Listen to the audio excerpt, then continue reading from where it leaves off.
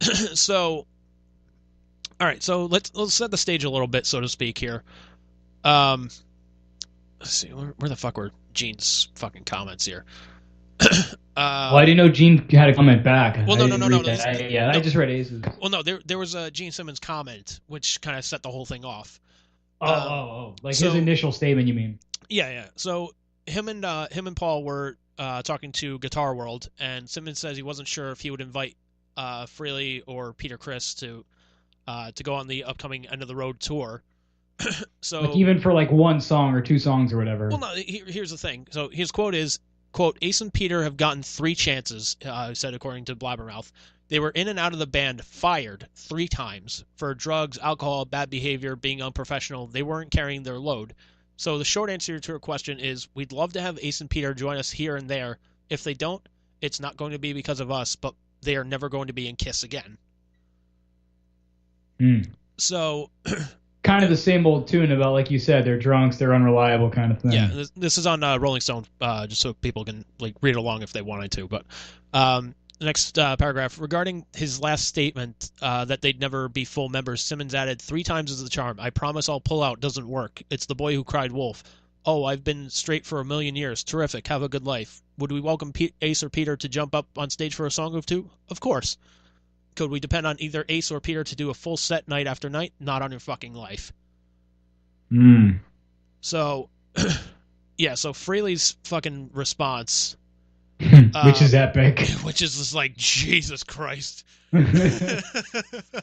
See, that's what I read was his response, and I was like, oh shit, he's not playing around. No, like he ain't fucking around. Do you have it there, his response? Yeah, I do, man. So, where is it? God damn it. Load up. Load it. Thank you. God damn it, we're trying to do a podcast. Seriously. Jesus! Seriously. Jesus! Okay, so I'll read it from this is Ace's Facebook page post, and we'll kind of go through it and just kind of like go point by point in a sense. So it says, Gene, your memory is really incorrect. I was never fired from Kiss. I quit twice, not 3 times, of my own free will, because you and Paul are control freaks, untrustworthy, and were too difficult to work with. Do you know if that's true that he was not fired? That he quit? Because you're a way bigger Kiss fan than I am, so I have a feeling that you would know way better than I would. As far as I know, it's only been twice that he's left the band. But he did leave. He didn't get fired 3 times. He did at least he left at least once or twice. It's one of those things, like, it depends on who you ask. Yeah. Okay. So if you ask Ace, he left left. the band. If you ask Paul and Gene, like, well, we fired him. Yeah. Okay. So kind of hard to tell. So kind of hard to tell, but like Eddie Trunk, who pretty much did the same thing that we're kind of doing now here, like he even said, like, look, like, this is a guy that I've worked with. This is a guy, he's one of my good friends. He's like, I can tell you, like, he was not fired from Kiss. Wow. So, but it gets a little weird though, because like Ace joined fucking Gene for the Vault events, wrote a couple songs with him for his last solo album. He did the cover of Fire and Water with Paul, and Paul did the fucking video with him. Huh. So, like, that was Ace extending the olive branch there. Let's see, let's keep going here. Doesn't sound like something you'd do with somebody that you fired. No. Let's see here. So it says, quote, your slanderous remarks about my bad behaviors over the years have cost me millions of dollars, and now that I'm over 12 years sober, you're still saying I can't be trusted to play a whole night's show. Well, that's exactly what I've been doing for the last 12 years with different configurations of the Ace Frehley band, to you and Paul's dismay. And it's like, yeah, he's showing he can fucking kick ass, and like I've seen him live, like once at the Wolf Den over at Mohegan Sun, some free show. But Ace was fucking killing it that night, man. I have heard, like, there's been like some footage that's come out over the years where people accused him of being drunk or whatever, but I think like he was just, I don't know, something else was wrong with him or whatever. Like he wasn't feeling well or something, or at least that's what he said. I don't know if it's true, but I don't know, but I can at least vouch during the show that that's the problem with a lot of this. Is a lot of this it's hearsay. It is. He keeps going. I'm also the most successful solo artist to come out of the original Kiss lineup, and proud of it. You and Paul have tried to derail my solo career multiple times over the years unsuccessfully. So I don't know what they fucking tried to do to like derail his solo career, but as far as being the most like successful solo artist, I mean that's kind of a moot point in a sense because Gene and Paul didn't really need to go solo. Like they've released a couple solo albums, but like they're in Kiss. They don't need to go solo if they don't want to. Right. Yeah, I agree with you there. And Peter isn't doing shit, so yeah, kind of a moot point. I agree. Yeah, it's Peter Criss is you look at like the past like members of the lineup too, and like where they are. Like Vinnie Vincent just coming out of fucking seclusion and pretty much like just doing like conventions and signing autographs, and says he's working on a solo record. But he also did the Vinnie Vincent Invasion, which eventually, as the story goes, he got kicked out of, and that became the band Slaughter. So again, it's one of those things like depends on who you ask about that one, but yeah. So there's Vinnie Vincent who's doing that. Bruce Kulick is actually a member of Grand Funk Railroad right now. Oh, cool. But he's got a good relationship with those guys. Like he's on the Kiss cruise. Like actually Ace was on the last Kiss cruise too. That's fucked up. Yeah. Eric Carr is dead, unfortunately. Mark St. John is dead, unfortunately. Eric Singer is still in the fucking band. And as Peter, basically. As Peter, and Tommy Thayer is, doing the whole Ace routine. So yeah. To say he's the most successful, solo artist to come out of the original Kiss lineup, it's kind of a moot point. Yeah, it's impossible to argue because no one else really tried. Yeah, or when they did, it wasn't like, yeah. I mean, like Ace, actually, who was it? Peter did one solo album too, and it fucking tanked. Wasn't it like a big band thing or something? Like he tried to go back to his roots or something? Yeah, it was like him trying to go back to his roots, and like one of the songs that he did was like a cover version of "Send in the Clowns." Oh Jesus! Yeah, so that tells you all you need to know right there. It's like, good Christ, burn that member. Yeah, seriously. Let's see. Okay, it keeps going. Let's see. Quote, I've tried to be nice and friendly by inviting you and Paul to perform on my past albums for E1 Music. Give each of you guys one of my prized Gibson Les Paul 59 models. But today's comments have me realize that you're just an asshole and a sex addict who's being sued by multiple women, and you're just trying to sweep it all under the carpet. Oof. Which, yeah, Gene was sued by a couple of women. As far as I know, one of them was settled out of court. Whether he gave them the prize guitars or whatnot, I don't know.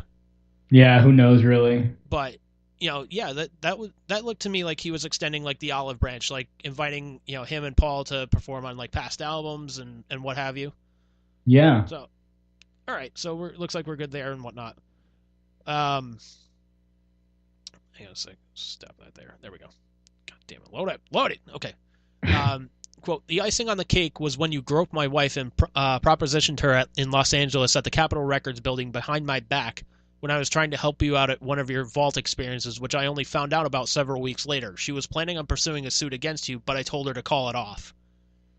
Wow. Yeah.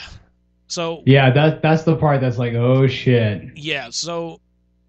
And like here's the thing. For somebody with Gene's reputation, is it a far stretch to imagine that he did something like that? No. Not really. Does that mean that it happened? No. No. So because that's the thing, when someone has that kind of reputation, it's really easy to accuse them of something like that because of that reputation. People will believe it immediately. Yeah. Let's see. Okay, so it continues. Well, now the gloves are off after your terrible comments today, and I'm thinking that this really may be, quote, the end of the road tour for you guys. Without a complete and heartfelt apology and offer to give me my old job back and removing Tommy from the throne that I created, the shit will hit the fan and there will be no stopping it. It's on. Oh, shit. So he wants back in the band? Apparently, like, if they're like, look, this is like the very last, like, Kiss tour, he wants to go out with Kiss. Like, okay, he's like, look, I can go back and do the Ace Frehley band afterwards, but like, look, like that's not Kiss. Like, you guys released like 2 albums without me, and they friggin' tanked. Which 2? They did what? Sonic Boom. They did Sonic Boom and Monster. I didn't even know Monster came out. Yeah, it did. But yeah, the Sonic Boom one, like, that sold. I think it was like one of those deals, like they sold the rights to sell the CD in Walmart, and then Walmart had to purchase like 1 million records, so it automatically went like platinum, I think, or something like that, which is fucking ridiculous. Oh, yeah, one of those bullshit deals. Sort of like, I think it was like Prince or somebody who gave a copy of his CD to like everybody who bought a ticket to the show, and that counted as part of the sales or whatever. Yeah, It's like, that's fucking bullshit, dude. that's fucking bullshit. But kudos on him for finding a fucking loophole there. Yeah, yeah. That's the thing, you got to give it to Gene and Paul. They're smart. They're really great businessmen, but they seem like kind of assholes sometimes, especially Gene. Paul I connect a lot more with. Like, I watched his interview with Joe Rogan, interestingly enough, and I mean, he comes across as just a more or less really down to earth guy. I mean, he's obviously a rock superstar and he knows it, but like, he doesn't seem to let it get to him as much as Gene does. Well, no, there's a thing too. There's like the common misconception. Like, there's one person in control of Kiss, and it's Paul Stanley. Like, Gene may pretty much be the face of the band, but Paul is the one running the show. And the tiebreaker on it is Doc McGee. But for the most part, Paul is running that show. Like, if they're like in a recording studio, or they're like planning on doing like something for a show and they're having like a difficult decision, like Paul is usually the one that's just like, no, we're doing this. Because it's going to be bombastic. It's been like the perfect STS episode because now we got Paul Stanley in the mix too. Of course, I'm always in the mix. I'm the batter. I'm the batter. Oh my god. You can stir me up and lick me with a spoon. Ooh! I see you licking your lips. You're a teeny tiny stir. You're like a little teaspoon. Oh man. Yeah, it's going to be interesting to see what comes out of that, if anything. Yeah, and it's again, if this like 100% happened, and this is between like Gene and fucking Ace, I'm just like, shit, fucking Team Ace all the way. Yeah. Because like, Jesus Christ, like, I mean, how could you not be? Yeah, and like here's the thing too. It's not even Ace's real wife in a sense of like, he's still technically married to I believe his first wife's name was Jeanette, something like that.